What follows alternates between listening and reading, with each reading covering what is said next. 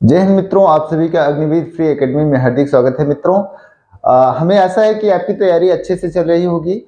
मित्रों, हमारी जो अग्निवीर फ्री एकेडमी है वो आपके लिए जो है लगातार जो है प्रयत्न कर रही है। वो अमेठी एआरओ के लिए जो है काम कर रही है और आपकी रनिंग भी जो है जल्द ही आपके अमेठी रनिंग ग्राउंड में होगी। और अगर आप नए हैं तो चैनल को लाइक एवं सब्सक्राइब कर दें और अपने मित्रों में अधिक से अधिक शेयर कर दें। तो आज का जो हमारा टॉपिक होगा मित्रों, आपको धार्मिकता साहित्य के बारे में हम आज आपको बताएंगे। धार्मिकता साहित्य कल हमने वेद पुराण के बारे में पढ़ा था। थोड़ा उपनिषद को इसी टॉपिक में थोड़ा उपनिषद देखेंगे। उसके बाद हम आपको धार्मिकता साहित्य के बारे में बात करेंगे। तो आइए हम स्टार्ट करते हैं टॉपिक को। तो धार्मिकता साहित्य शुरू करने से पहले आज हम थोड़ा आपको उपनिषद के बारे में बता देते हैं, क्योंकि उपनिषद से भी एक क्वेश्चन जरूर पूछे जाते हैं। उपनिषद उप मतलब होता है, यहाँ उपनिषद जो है दो शब्दों से मिलकर बना हुआ है, उप प्लस निषद। तो उप मतलब होता है, उप मीन्स होता है समीप, और निषद मीन्स होता है बैठना।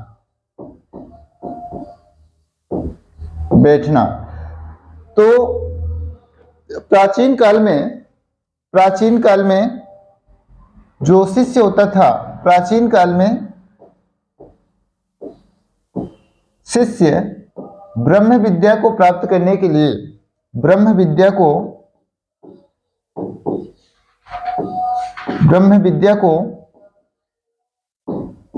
प्राप्त करने के लिए गुरु के समीप बैठते थे। किसके समीप? गुरु के समीप बैठते थे, जिसे उपनिषद कहा जाता था। गुरु क्या होता है? तो गुरु जो शब्द है दो शब्दों से मिलकर बना है। गुरु शब्द गुधन रू से मिलकर बना है। गु मीन्स होता है अंधकार। गु मीन्स क्या होता है? अंधकार। और रू मीन्स होता है मित्रों रोकने वाला। तो इसका शाब्दिक अर्थ हो गया कि जो हमारे जीवन में अंधकार को रोक करके प्रकाश की तरफ हमारे जीवन को अग्रसर कर दे, उसे क्या कहते हैं? उसको गुरु कहते हैं। क्या कहते हैं? गुरु कहते हैं। तो उपनिषद की संख्या कितनी है? तो उपनिषद की संख्या आपको 108 उपनिषद हैं। कितने उपनिषद हैं? 108 उपनिषद हैं। कुछ उपनिषदों के हम नाम आपको बता देते हैं जो एग्जाम के दृष्टिकोण से बहुत ही महत्वपूर्ण हैं। तो जैसे केस,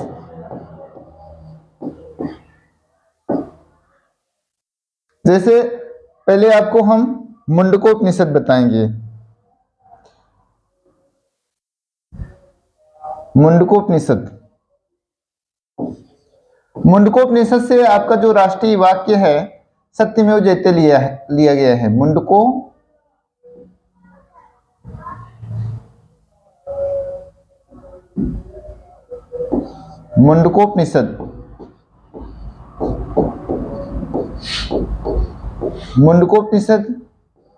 कई सारे उपनिषद हैं। मुंडकोपनिषद में से क्या लिया गया है? सत्यमेव जयते कहां से लिया गया है? एग्जाम में आ जाता है कि सत्यमेव जयते कहां से लिया गया है, तो आपको बताना है मुंडकोपनिषद से ही यज्ञ की तुलना जो है टूटी हुई नाव से की गई है। मुंडकोपनिषद में यज्ञ की तुलना टूटी हुई नाव से की गई है। टूटी हुई नाव से की गई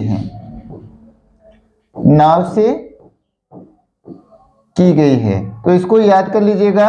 अगर आपसे पूछ लिया जाए कि आपका जो राष्ट्रीय वाक्य क्या है, तो सत्यमेव जयते कहां से लिया गया है? मुंडकोपनिषद में।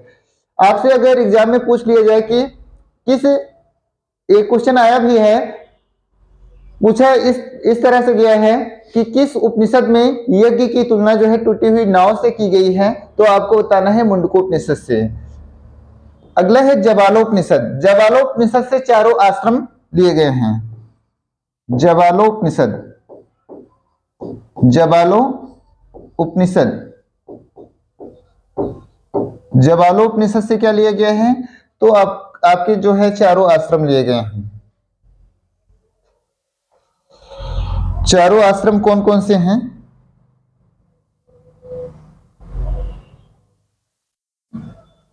चारों आश्रम,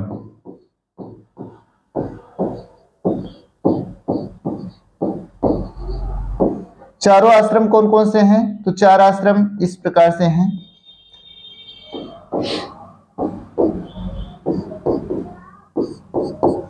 पहला आश्रम है ब्रह्मचर्य आश्रम।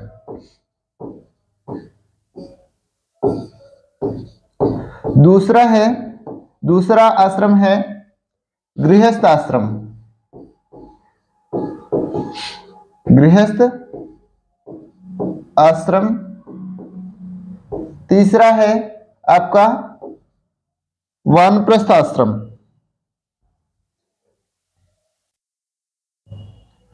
वानप्रस्थ आश्रम।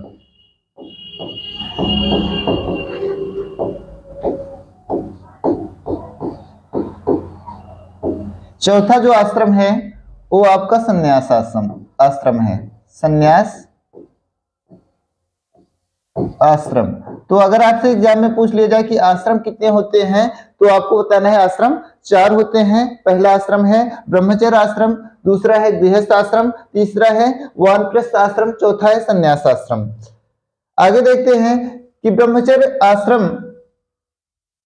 ब्रह्मचर्य आश्रम की उम्र कितनी होती है। तो जो ब्रह्मचर्य आश्रम होता है इसमें जो उम्र होती है 1 से 25 वर्ष तक होती है। इस समय जो व्यक्ति होता है वो शिक्षा ग्रहण करने वाला जो आश्रम है, व्यक्तित्व का विकास इसी आश्रम में किया जाता है। उसके बाद गृहस्थ आश्रम, इसमें जो है यह सभी आश्रमों में सर्वश्रेष्ठ आश्रम है और इसकी जो उम्र है 25 से लेकर के 50 साल तक है, जिसमें व्यक्ति का विवाह हो जाता है और वह गृहस्थ जीवन में प्रवेश कर जाता है।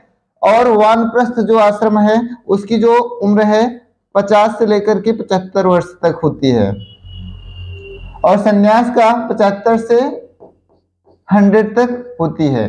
तो इस तरह से अगर आपसे पूछा जाए कि एग्जाम में कि जबालोपनिषद से या चारों आश्रम का जो है उल्लेख कहां से किया गया है, तो जबालोपनिषद से किया गया है। कठोपनिषद में क्या उल्लेख है? कठोपनिषद से यम और नचिकेता के संवाद का उल्लेख है। कठोपनिषद में क्या है, तो आपको बताना है यम और नचिकेता के संवाद का उल्लेख है। यम नचिकेता का संवाद, नचिकेता का संवाद है। और जो उपनिषद हैं ईश है, केन है, ईश, केन, मुंडक, मांडुक्य, ऐत्रेय, तैत्तरीय, छांदोग्य,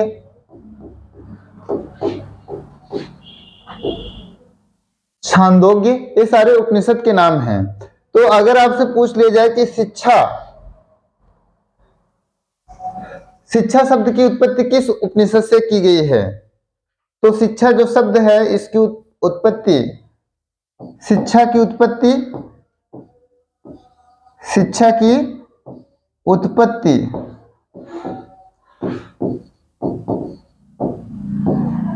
तैत्तरीय उपनिषद से हुई है। किस उपनिषद से? तैत्तरीय उपनिषद से।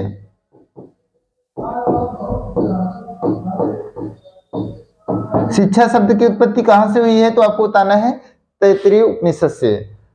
इसके बाद अब हम लोग पढ़ेंगे धर्मकेतर साहित्य के बारे में। अब पढ़ेंगे धर्मकेतर साहित्य कौन कौन से हैं।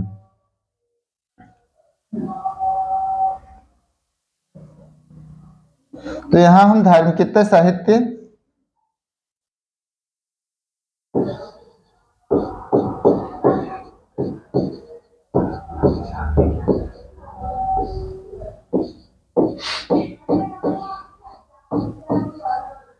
धर्मकेतर साहित्य में जो है आपका जो है पाणिनि का अष्टाध्यायी पूछ लेता है कि अष्टाध्यायी किसकी रचना है।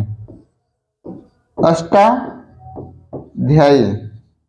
अष्टाध्यायी जो है पाणिनि की पुस्तक है और यह व्याकरण का पहला ग्रंथ है। किससे संबंधित है, तो आपको बताना है व्याकरण से संबंधित है। अष्टाध्यायी में कई बार एग्जाम में पूछा जाता है कि कितने भाग हैं, कितने चैप्टर्स हैं, तो इसका नाम है अष्टाध्यायी, मतलब 8 अध्याय हैं। अष्टाध्यायी मतलब है कितने अध्याय हैं, तो 8 अध्याय हैं। 8 अध्याय है और किसकी पुस्तक है, तो आपको बताना है पाणिनि की पुस्तक है। किसकी है, पाणिनि की पुस्तक है। ठीक है, यह व्याकरण का पहला ग्रंथ है। आगे आपसे ये हो गया अर्थशास्त्र पूछा जाता है।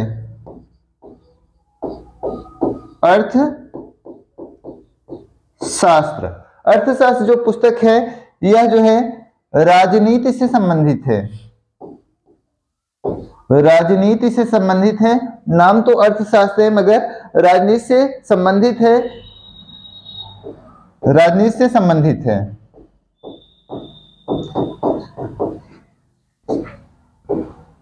आगे कितने भाग में है, तो 15 भाग और 15 भाग में है। 15 भाग और 180 अधिकरण में है। लेखक कौन है, तो इसके लेखक जो है अर्थशास्त्र के लेखक, आपसे एग्जाम में पूछ लिया जाता है कि अर्थशास्त्र को किसने लिखा था, तो अर्थशास्त्र को लिखने वाले जो लेखक हैं वो हैं कौटिल्य। कौटिल्य के और कई सारे नाम हैं। इनका नाम जो है विष्णुगुप्त,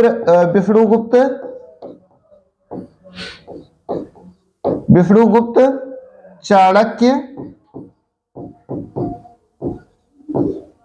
आदि है। तो ये इनके 3 नाम हैं, इसको याद कर लीजिएगा। अर्थशास्त्र जो है किससे संबंधित है, तो आपको बताना है राजनीति से संबंधित है। 15 भागों में और 180 अधिकरणों में क्या है, बटी हुई है। और किसने लिखा है, तो कौटिल्य और विष्णुगुप्त या चाणक्य, ये तीनों नाम एक ही व्यक्ति के हैं। ठीक है, इसको याद कर लीजिएगा। अष्टाध्यायी जो है किसकी पुस्तक है, पाणिनि की है। किससे संबंधित है, व्याकरण से है। कितने अध्याय हैं, 8 अध्याय हैं। उसके बाद राजतरंगिणी पुस्तक, अगली पुस्तक है आपकी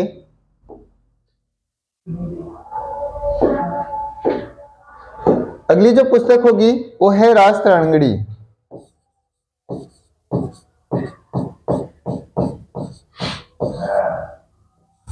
राजतरंगिणी पुस्तक जो है किसकी है, तो कल्हड़ की है। किसकी है, कल्हड़ की है। यह जो है भारत की पहली ऐतिहासिक पुस्तक है जिसमें कश्मीर के इतिहास का वर्णन किया गया है। कश्मीर के इतिहास का वर्णन है।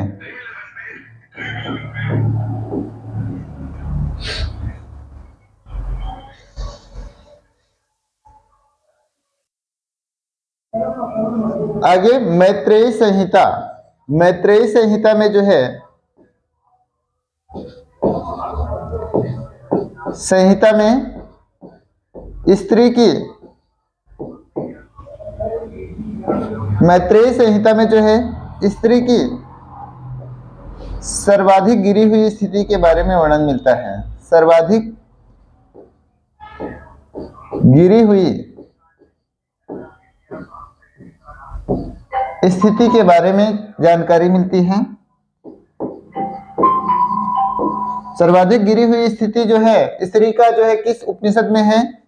स्त्री की सर्वाधिक गिरी हुई स्थिति की जानकारी मिलती है। जानकारी मिलती है। आगे देखते हैं, अष्टाध्यायी हो गया। उसके बाद हम लोग देखेंगे विदेशी यात्रियों का विवरण।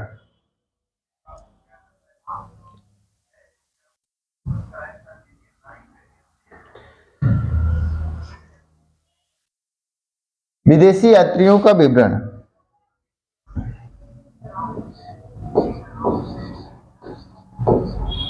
विदेशी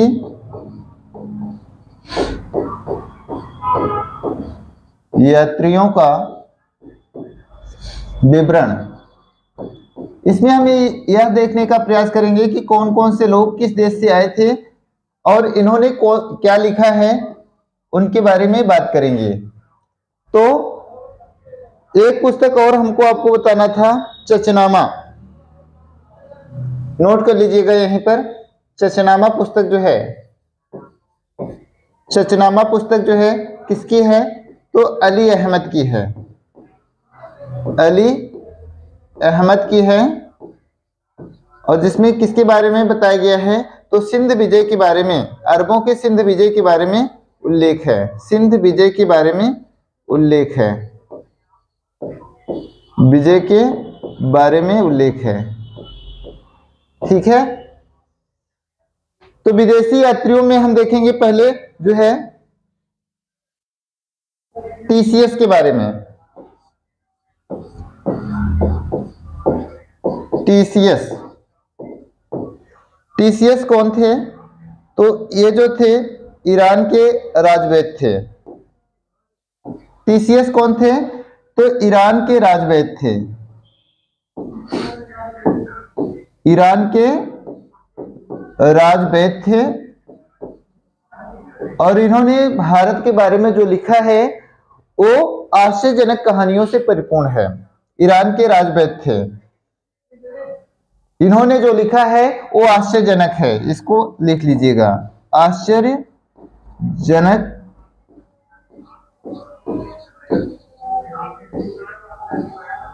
इन्होंने जो भी भारत के बारे में लिखा है वो आश्चर्यजनक है। अगला है हेरोडोटस। हेरोडोटस जो है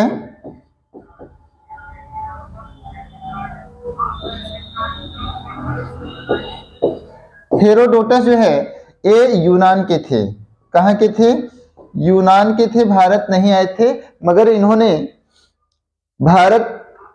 इन्होंने ये यूनान के थे, और इन्होंने 5वीं शताब्दी के भारत के इतिहास के बारे में लिखा है। और इन्होंने, इनकी जो पुस्तक है उसका नाम है हिस्टोरिका। क्या है? हिस्टोरिका। अगर आपसे एग्जाम में पूछ लिया जाए कौन से इतिहासकार जिन्होंने भारत के इतिहास के बारे में लिखा है किंतु वो भारत नहीं आए थे, तो आपको बताना है हेरोडोटस थे। आगे हम देखेंगे सिकंदर के साथ कुछ लोग आए थे। तो सिकंदर के साथ कौन कौन से लेखक आए थे उनके बारे में बात कर लेते हैं।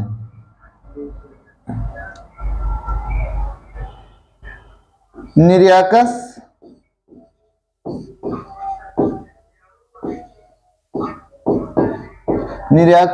अनेसीक्रिटस,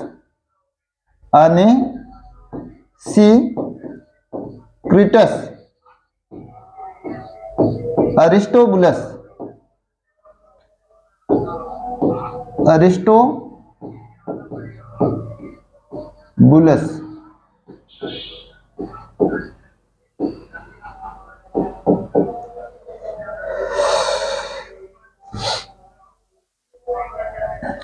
तो ये सारे सिकंदर के साथ आने वाले लेखक हैं। सिकंदर के साथ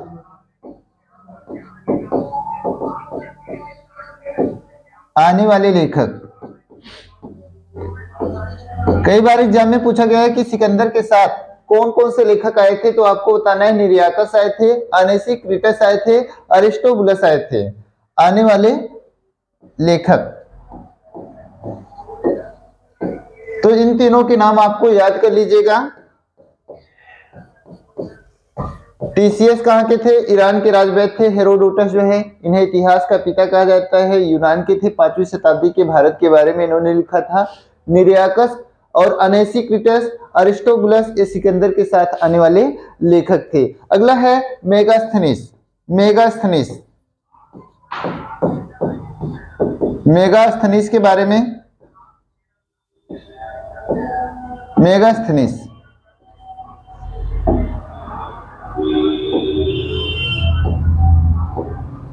मेगास्थनीज की पुस्तक पूछी जाती है, तो इसकी पुस्तक का नाम है इंडिका। आपको जरूर याद कर लेना है।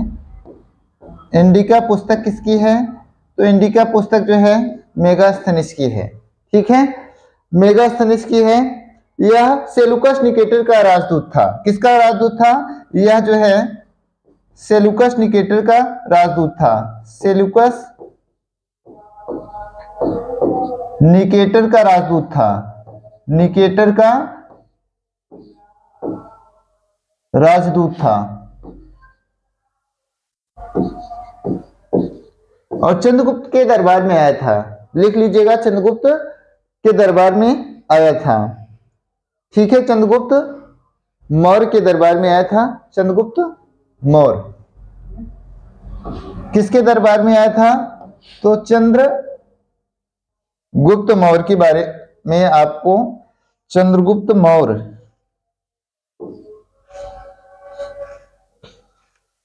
चंद्रगुप्त मौर्य के दरबार में आए थे।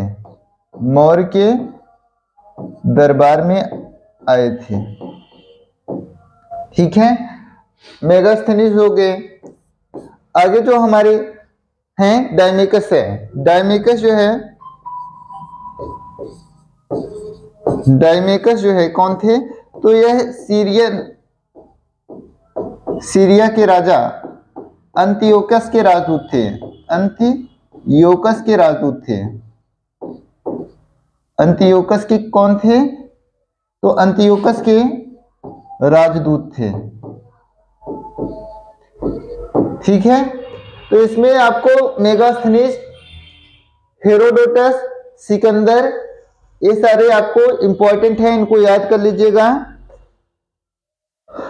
अगला हम लेखक देखेंगे प्लिनी। प्लिनी की जो पुस्तक है कई बार एग्जाम में आई हुई है, तो प्लिनी को जरूर याद कर लीजिएगा। प्लिनी, प्लिनी की जो पुस्तक है उसका नाम है नेचुरल हिस्ट्री। नेचुरल हिस्ट्री पुस्तक किसकी है? तो आपको बताना है प्लिनी की है, जिसमें खनिज, पेड़ पौधों आदि के बारे में उल्लेख मिलता है। एक और लेखक आपको बताना है टालमी। टालमी, टालमी ने जो है भारत का भूगोल पुस्तक लिखा है। भारत का भूगोल पुस्तक इन्होंने ही लिखी है।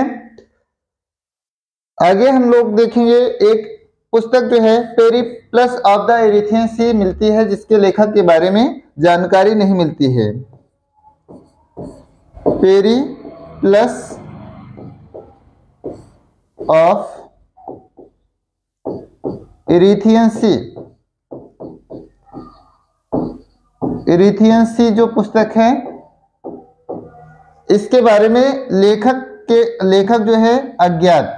लेखक कौन है? अज्ञात हैं। इस पुस्तक में भारत से जो है व्यापार, समुद्री व्यापार के बारे में जानकारी मिलती है। तो इस पुस्तक से भारत के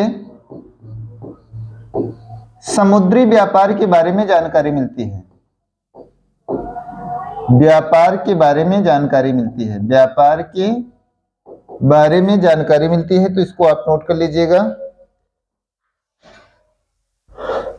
आगे हम लोग देखेंगे जो चीन के लेखक कौन कौन से आए थे जो इंपॉर्टेंट हैं। चीनी लेखक,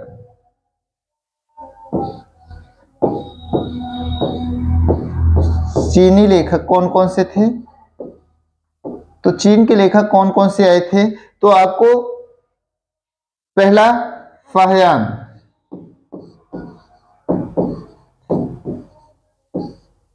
फेनसांग, फेनसांग। फाहियान की जो पुस्तक का नाम है फो क्यू की, फो क्यू की, और फेनसांग की पुस्तक का नाम है सी यू की, सी यू की।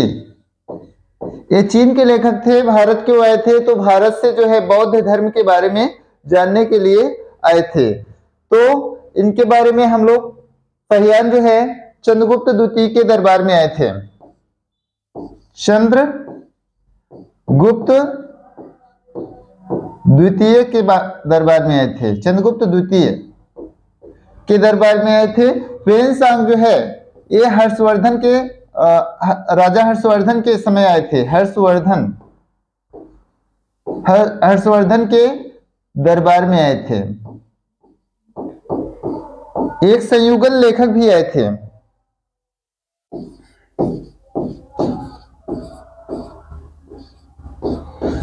संयुगन आए थे। संयुगन जो है 518 में आए थे, 518 में आए हुए थे, और इन्होंने बौद्ध धर्म के बारे में जानकारी प्राप्त करने के लिए आए थे, बौद्ध धर्म की शिक्षा प्राप्त करने के लिए आए थे।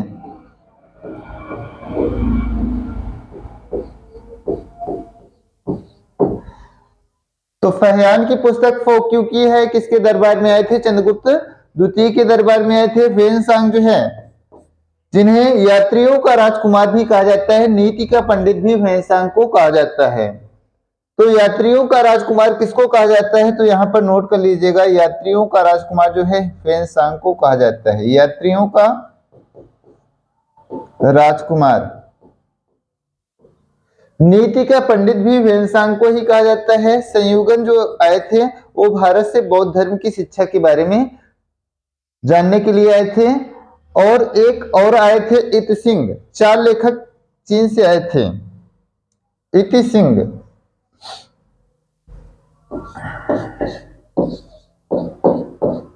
इत सिंह जो है 7वीं शताब्दी में आए थे।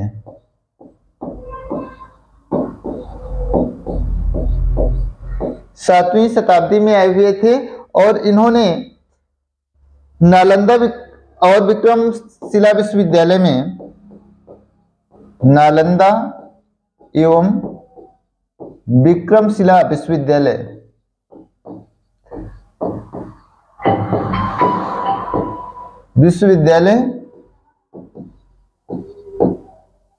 में शिक्षा प्राप्त की थी। तो हमने आपको चीनी लेखक जो है 4 आए हुए थे, फाहियान, फो क्यू की उसकी पुस्तक है चंद्रगुप्त द्वितीय के दरबार में, फेनसांग सी यू की जो हर्षवर्धन के दरबार में आया था, इसे यात्रियों का राजकुमार कहा जाता है, नीति का पंडित कहा जाता है। संयुगन जो है 518 में आया था, बौद्ध धर्म की शिक्षा प्राप्त के उद्देश्य से आया था। इसिंग जो है 7वीं शताब्दी में आया था, जो नालंदा एवं विक्रमशिला विश्वविद्यालय में अध्ययन किया था। आगे हम लोग अरब के लेखकों के बारे में कल बात करेंगे। तो आज की क्लास को हम यहीं पर समाप्त कर रहे हैं।